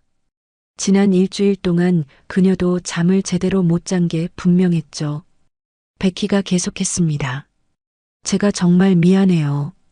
제임스 씨가 제 고집 때문에. 그녀의 목소리가 떨렸습니다. 준호는 잠시 침묵했습니다. 그리고 조용히 말했습니다. 우리 둘 다 책임이 있어요. 저도 더 강하게 말했어야 했으니까요. 베키가 고개를 저었습니다. 아니에요. 선생님은 매일 말했잖아요. 제가 듣지 않았던 거예요. 제가 너무 오만했어요. 10시 정각 회의실 문이 열렸습니다. 윤리위원회 위원 5명이 테이블에 앉아 있었고 병원 법률 고문도 함께 있었습니다. 오닐 부장과 마틴도 증인으로 참석했죠. 준호와 베키는 앞쪽 의자에 나란히 앉았습니다. 위원장이 회의를 시작했습니다. 지난 12월 2일 사망한 제임스 허친슨 환자 케이스에 대한 검토입니다. 먼저 의료 기록을 살펴보겠습니다. 스크린에 차트가 떠올랐습니다. 수술 기록, 경과 기록, 간호 기록이 시간 순서대로 정리되어 있었죠. 위원 한 명이 말했습니다. 기록에 따르면 리 선생은 수술일 1차부터 복부 팽만과 장음 감소를 기록했고 이 1차에 CT 촬영을 제안했네요. 거부 사유는 수술 후 정상 경과라고 되어 있습니다. 4일차, 6일차에도 동일한 제안이 있었고 모두 거부됐습니다. 다른 위원이 베키를 바라보며 물었습니다. 톰슨 선생, 왜 동료 의사의 제안을 계속 거부했습니까? 베키는 손을 꽉 쥐고 대답했습니다. 저는 제 판단이 옳다고 생각했습니다. 수술 후 장마비는 흔한 일이고 시간이 지나면 해결될 거라고 믿었습니다. 위원이 다시 물었습니다. 일주일 동안 계속 악화되는데도요? 베키의 목소리가 작아졌습니다. 저는 제 실수를 인정하고 싶지 않았어요. 만약 CT를 찍어서 문제가 발견되면 그건 제 수술에 오류가 있다는 걸 의미했으니까요. 저는 그게 두려웠습니다. 회의실이 조용해졌습니다. 위원장이 준호를 보며 물었습니다. 리 선생, 수술 중에 이상을 감지했습니까? 준호가 고개를 끄덕였습니다. 네, 장의 방향이 이상하다고 느꼈습니다. 하지만 확신할 수는 없었습니다. 위원장이 물었습니다. 그럼 왜 수술 중에 더 강하게 말하지 않았습니까? 준호가 잠시 망설였습니다. 그리고 솔직하게 대답했습니다. 저는 2년차 수련이었고 톰슨 선생은 5년차 전문이었습니다. 게다가 저는 외국인이었죠. 제가 아무리 말해도 믿어주지 않을 거라고 생각했습니다. 위원 한 명이 눈살을 찌푸렸습니다. 하지만 환자 생명이 걸린 문제였잖습니까? 준호가 고개를 숙였습니다. 맞습니다. 그래서 매일 보고했습니다. 하지만 부족했습니다. 위원장이 물었습니다. 리 선생은 한국에서 어떤 경력이 있습니까? 준호가 대답했습니다. 대장학문외과 전임의로 5년 일했습니다. 장루 수술은 약 200건 정도 집도했습니다. 위원들이 서로 눈빛을 교환했습니다. 위원장이 말했습니다. 그 정도 경력이면 수술 중에 확실히 알았을 텐데요. 준호가 대답했습니다. 의심은 했지만 100% 확신할 수는 없었습니다. 그리고 제 역할은 보조였습니다. 집도의의 판단을 존중해야 했죠. 법률 고문이 끼어들었습니다. 하지만 리 선생의 반복된 경고를 무시한 건 중대한 과실입니다. 환자 상태가 명백히 악화되고 있었는데도 일주일 동안 방치했습니다. 베키의 얼굴이 창백해졌습니다. 법률 고문이 계속했습니다. 이는 의료과실을 넘어서 중과실에 해당합니다. 그때 준호가 입을 열었습니다. 잠깐만요. 모두가 그를 바라봤습니다. 준호가 말했습니다. 톰슨 선생을 처벌한다고 해서 제임스 씨가 돌아오는 건 아닙니다. 법률 고문이 반박했습니다. 하지만 책임 소재를 분명히 해야 합니다. 준호가 고개를 저었습니다. 책임은 우리 둘 다에게 있습니다. 톰슨 선생은 듣지 못했고 저는 충분히 강하게 말하지 못했습니다. 준호가 계속했습니다. 톰슨 선생은 실력 있는 외과의입니다. 단지 이번에 판단을 잘못했을 뿐입니다. 누구나 실수합니다. 중요한 건 그 실수에서 배우는 겁니다. 위원 한 명이 물었습니다. 하지만 환자가 사망했습니다. 준호가 조용히 대답했습니다. 알고 있습니다. 그래서 더욱 배워야 합니다. 톰슨 선생을 망가뜨리는 게 아니라 다시 일어설 수 있게 도와야 합니다. 베키가 준호를 바라봤습니다. 그녀의 눈에는 눈물이 고여 있었죠. 위원장이 말했습니다. 우리 선생의 의견은 경청했습니다. 하지만 최종 결정은 위원회에서 내리겠습니다. 회의는 2시간 더 계속됐습니다. 의료기록 검토, 증인 진술, 법적 검토가 이어졌죠. 오후 1시 회의가 끝났습니다. 위원회는 일주일 후 최종 결정을 내리겠다고 통보했습니다. 준호와 베키는 회의실을 나왔습니다. 복도에서 베키가 준호를 붙잡았습니다. 왜요? 왜 저를 감싸줬어요? 저 때문에 환자가 죽었는데. 준호가 조용히 대답했습니다. 당신을 무너뜨린다고 제임스 씨가 살아나진 않아요. 그리고 당신도 고통받고 있잖아요. 베키가 말했습니다. 고통받는 게 당연하죠. 제가 죽인 거나 마찬가지인데. 준호가 고개를 저었습니다. 아니에요. 우리 둘 다 시스템 전체가 실패한 겁니다. 베키는 한참 동안 아무 말 없이 서 있었습니다. 그리고 떨리는 목소리로 물었습니다. 어떻게 해야 하죠? 어떻게 하면 다시 의사가 될 수 있을까요? 준호가 대답했습니다. 듣는 법을 배우세요. 환자 말을, 동료 말을, 자기 안의 의심의 목소리를요. 베키가 고개를 끄덕였습니다. 그리고 작게 말했습니다. 위원회에서 만약 재교육을 명령하면 선생님이 감독해 줄 수 있나요? 준호가 놀라서 그녀를 바라봤습니다. 베키가 계속했습니다. 선생님한테 배우고 싶어요. 진짜 의사가 뭔지. 준호는 잠시 생각했습니다. 그리고 천천히 고개를 끄덕였습니다. 알겠습니다. 베키의 눈에서 눈물이 흘러내렸습니다. 고마워요.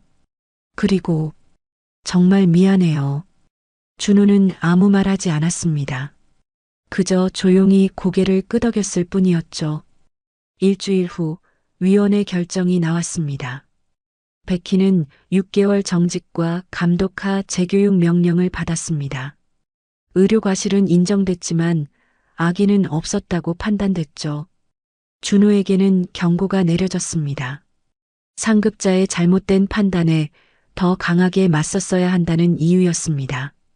그날 저녁 준호는 제임스의 무덤을 찾았습니다. 시드니 외곽의 작은 묘지였고 제임스의 묘비에는 이름과 날짜만 새겨져 있었습니다.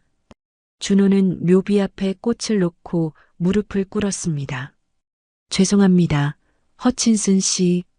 제가 더 잘했어야 했는데.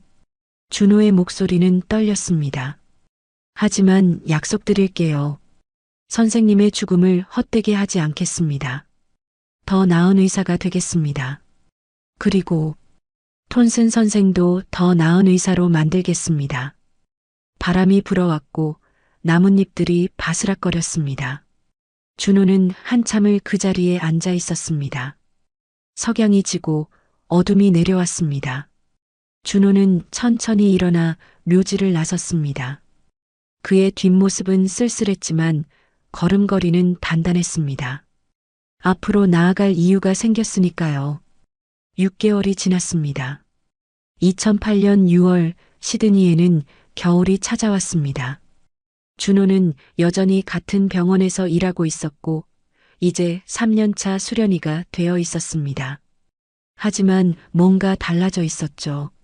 다른 의사들이 그의 말에 귀를 기울이기 시작했고 회진 때 의견을 물어보는 일이 많아졌습니다. 어느 화요일 오후 준호는 수술실에서 장루 수술을 집도하고 있었습니다. 72세 남성 환자의 직장암 수술이었죠. 준호의 손놀림은 정확했고 보조의사들은 그의 지시를 따라 움직였습니다. 1시간 30분 만에 수술이 끝났습니다. 탈의실에서 가운을 벗는데 문이 열렸습니다. 베키였습니다.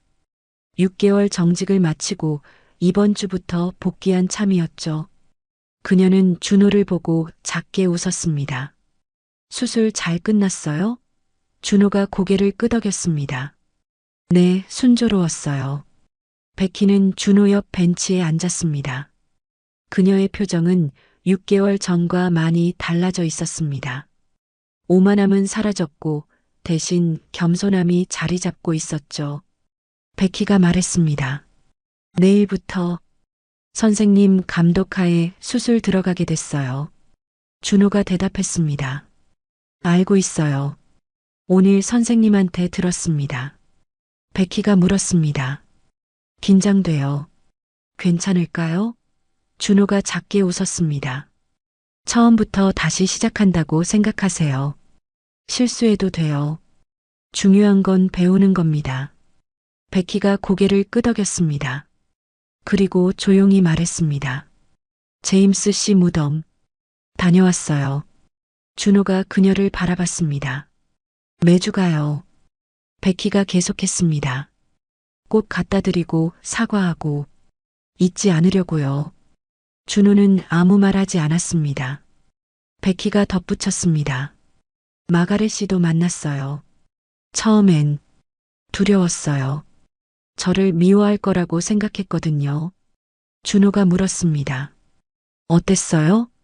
베키의 눈에 눈물이 맺혔습니다. 용서해 주셨어요. 남편 일은 안타깝지만 저를 망가뜨리는 건 남편이 원하지 않았을 거라고. 준호는 천천히 고개를 끄덕였습니다. 제임스 씨답네요. 베키가 물었습니다.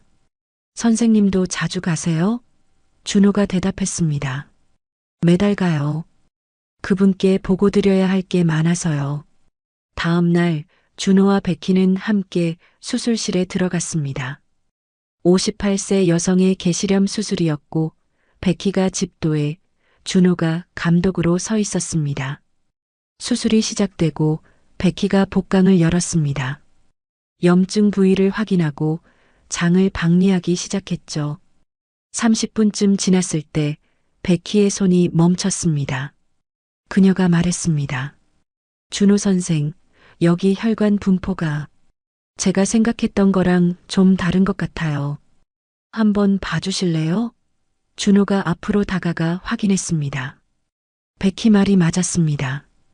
혈관이 비정상적으로 주행하고 있었죠. 잘 봤어요. 준호가 말했습니다. 이 혈관 건드리면 출혈 심할 겁니다. 다른 쪽으로 접근하는 게 좋겠어요. 베키가 고개를 끄덕이고 방향을 바꿨습니다. 조심스럽게 혈관을 피해 박리를 계속했죠. 간호사들이 서로 눈빛을 교환했습니다. 6개월 전에 베키라면 절대 동료 의견을 물어보지 않았을 테니까요. 수술이 끝나고 베키가 준호에게 말했습니다. 고마워요. 덕분에 문제없이 끝냈어요. 준호가 대답했습니다. 선생님이 잘 본 거예요. 예전 같았으면 그냥 지나쳤을 텐데. 베키가 쓴웃음을 지었습니다. 예전 저는 정말 오만했죠. 준호는 부인하지 않았습니다. 그저 조용히 고개를 끄덕였을 뿐이었습니다. 몇 주가 지났습니다. 준호와 베키는 함께 수술을 진행했고 서서히 신뢰가 쌓여갔습니다. 베키는 준호의 조언을 경청했고 확신이 없을 때는 주저없이 물어봤습니다. 준호는 인내심 있게 가르쳤고 실수를 지적할 때도 존중을 잃지 않았죠. 어느 금요일 저녁 수술이 모두 끝나고 준호와 베키는 구내식당에 앉아 있었습니다. 커피를 마시며 오늘 수술에 대해 이야기하고 있었죠. 베키가 말했습니다. 오늘 봉합, 제가 너무 타이트하게 한 것 같아요. 준호가 고개를 끄덕였습니다. 조금은요. 하지만 나쁘지 않았어요. 베키가 물었습니다.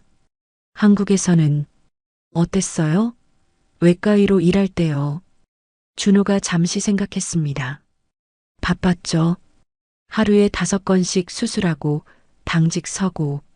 하지만 보람이 있었어요. 베키가 말했습니다. 여기서도 인정받을 거예요. 선생님 실력이면.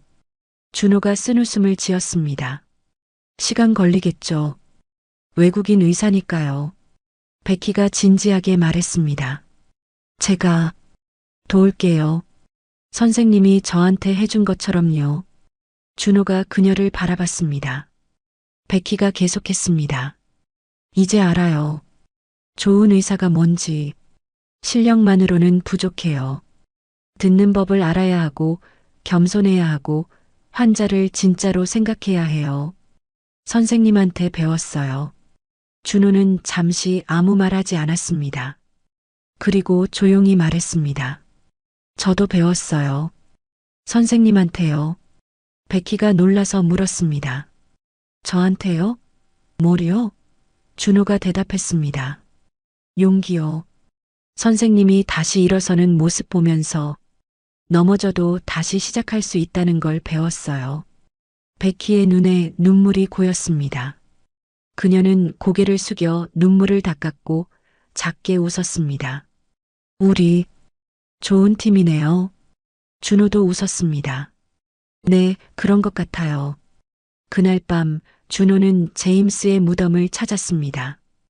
6개월 만이었죠. 묘비 앞에 무릎을 꿇고 꽃을 놓았습니다. 허친슨 씨, 보고 드릴 게 있어요. 준호가 조용히 말했습니다. 톰슨 선생, 많이 변했어요. 이제 환자 말 잘 듣고 동료 의견도 존중하고 선생님도 좋아하셨을 거예요. 바람이 불어왔고 나뭇잎들이 속삭였습니다. 준호는 계속 말했습니다. 저도 변했어요.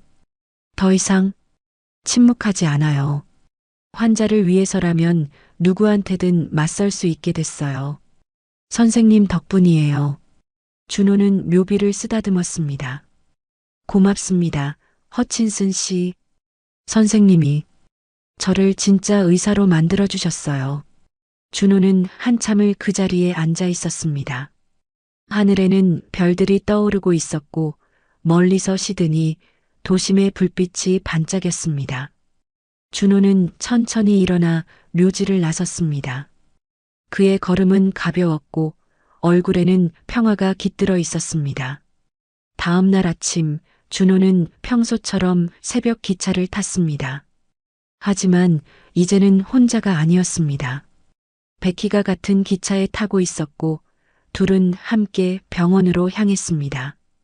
창밖으로 시드니의 아침이 밝아오고 있었고 새로운 하루가 시작되고 있었습니다. 병원에 도착해서 준호와 베키는 수술 스케줄을 확인했습니다. 오늘도 4건의 수술이 예정되어 있었고 그중 2건은 장루 수술이었습니다. 베키가 말했습니다. 오늘 장루 수술 제가 해봐도 될까요? 준호가 고개를 끄덕였습니다. 당연하죠. 옆에서 지켜볼게요. 수술실로 향하는 복도에서 준호는 잠시 멈춰 창밖을 바라봤습니다. 시드니 하버가 아침 햇살에 반짝이고 있었고 배들이 떠다니고 있었습니다. 아름다운 풍경이었습니다. 이제는 정말로요. 베키가 준호 옆에 섰습니다.